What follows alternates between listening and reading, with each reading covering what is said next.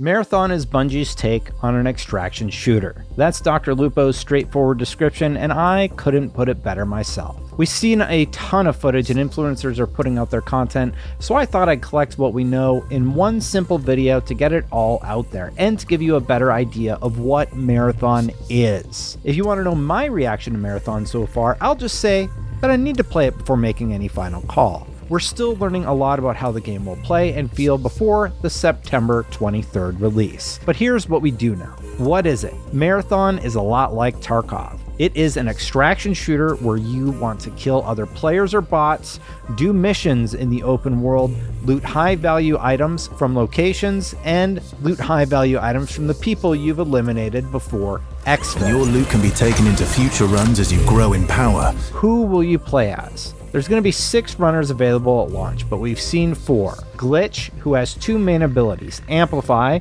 which allows you to move faster and have better weapon dexterity, and Disruptor, an arm that becomes a cannon that pushes away enemies. Playstyles and customizable builds create highly dynamic and strategic teamfights. Locust has Riot Barricade, aka a big shield, and uses Search and Destroy, which are shoulder-mounted missile pods which will pummel your enemies. Blackbird uses Ping and Drones. The 2 abilities are Echo Pulse, which releases sonar pulses, revealing locations of hostiles, and Tracker Drone, which will deploy a cute microbot that tracks down hostiles and blows up. Void, my personal favorite, has Smoke Screen, which will deploy an area of effect of smoke, which very much limits visibility, as well as Active Camo, which will allow you to turn invisible and get out of a tricky situation. Every few weeks, your loot and characters will reset. We're going to get more into that in just a second, but that will give you a reason to sign on and grind it again every few weeks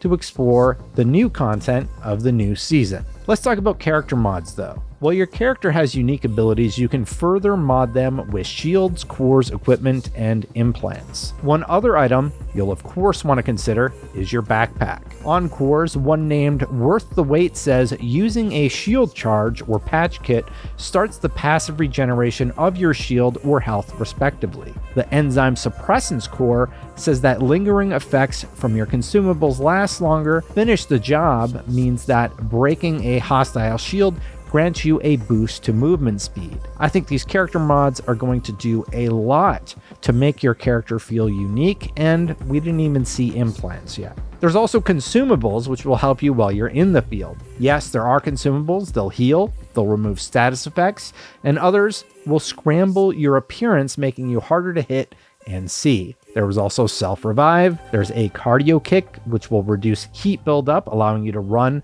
and move better. And there's a lot of other items that you're going to want to consider during your playthrough of Marathon. Let's talk about maps for a second. How many actual players are on a map? Well, during the reveal stream, Lars Bakken confirmed that you can have up to 18 total players on a map, meaning a total of 6 teams. The map Dire Marsh, for example, is an 18-player map, but they did seem to indicate that some will have fewer players depending on the size of said map. Tell me about weapons. Well, you get 2 weapons. You get a primary and a secondary. Weapons include, based on the footage that I've looked through, assault rifles, precision rifles, aka scout rifles like in Destiny, shotguns, sniper rifles, pistols, submachine guns, and I'm sure there's 1 or 2 in there that I missed. Let me know in the comments if you've seen one that I didn't spot. What makes them interesting is that you can equip interesting mods on them. Dr. Lupo shared the Far Shot chip will give you a short burst of sprint speed after you damage a hostile. I think you can imagine something like closing the distance, adding a lot of unique play to something as simple as a shotgun. Snapshot grip enhanced your grip. We also got a peek at optic mods, magazine mods, grip mods, and chip mods for all the weapons. A big note on these mods though, you can't remove them. You can overwrite them, but not remove. So once something is slotted, you're kind of stuck with it. Now, if a weapon switches players too much, it also becomes scrap. So you can't be throwing guns around with your teammates too much. So there's a chance you could loot something as credits instead of as a cool piece of gear that you wanted. Now, one of the more interesting systems that kind of got me into the game more than anything was factions and contracts. So Marathon has a faction system that will encourage you to do things in the field to gain rep with said faction.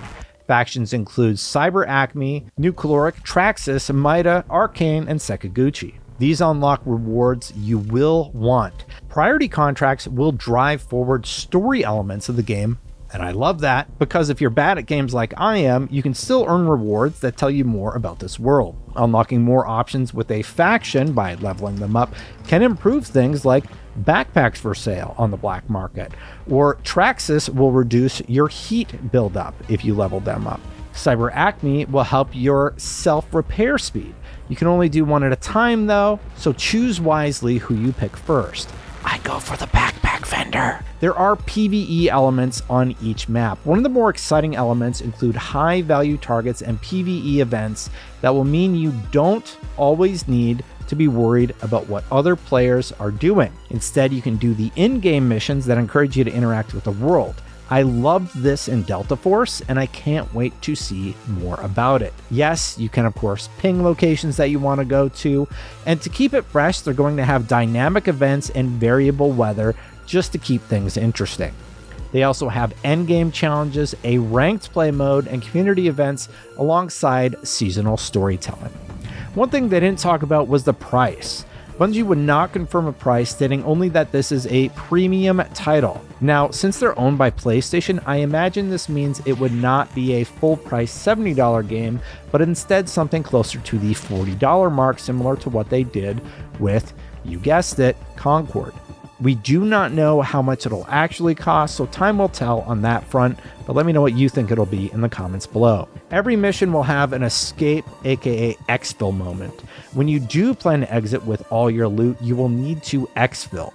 This will create a beam of light that shoots up into the sky. You'll need to sit there while a countdown timer runs, and people will definitely try to kill you and take all your stuff.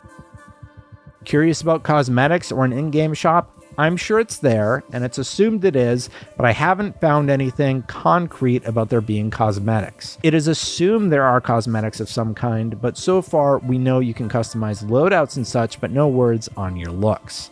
And story, yes, there is a story in Marathon that will unfold over seasons, but we don't know much beyond the teaser trailer they shared for the game. So, overall, I am way more excited after seeing more from Dr. Lupo and some of the influencers and hearing from others who have got hands-on time. I like the look, style, and music, but a game like this will live off of the gameplay loop. If they get that right, this could be a big hit. But I've also seen that the reveal stream seems to have left a lot of people with mixed feelings about what this game could be. I'm definitely in that I'm not sure camp right now. I'd love to get some hands-on time, and I'll report back soon. There is an alpha coming later in April, which I should be able to play, so I'll let you know more about my thoughts soon. Thanks for watching, everybody. A big shout out to Christopher Eddy, Inner Machine, Philaroni, Spingetter889, and Ares EMS for the support, as well as all the other people that support this channel. If you want to back, the best place to do so is on patreon.com/SaveStatePlus or by becoming a member here on YouTube. Thanks for watching. You can go check out my reveal reaction to the stream at the link below, and I'll see you for the next one. Bye for now, everybody.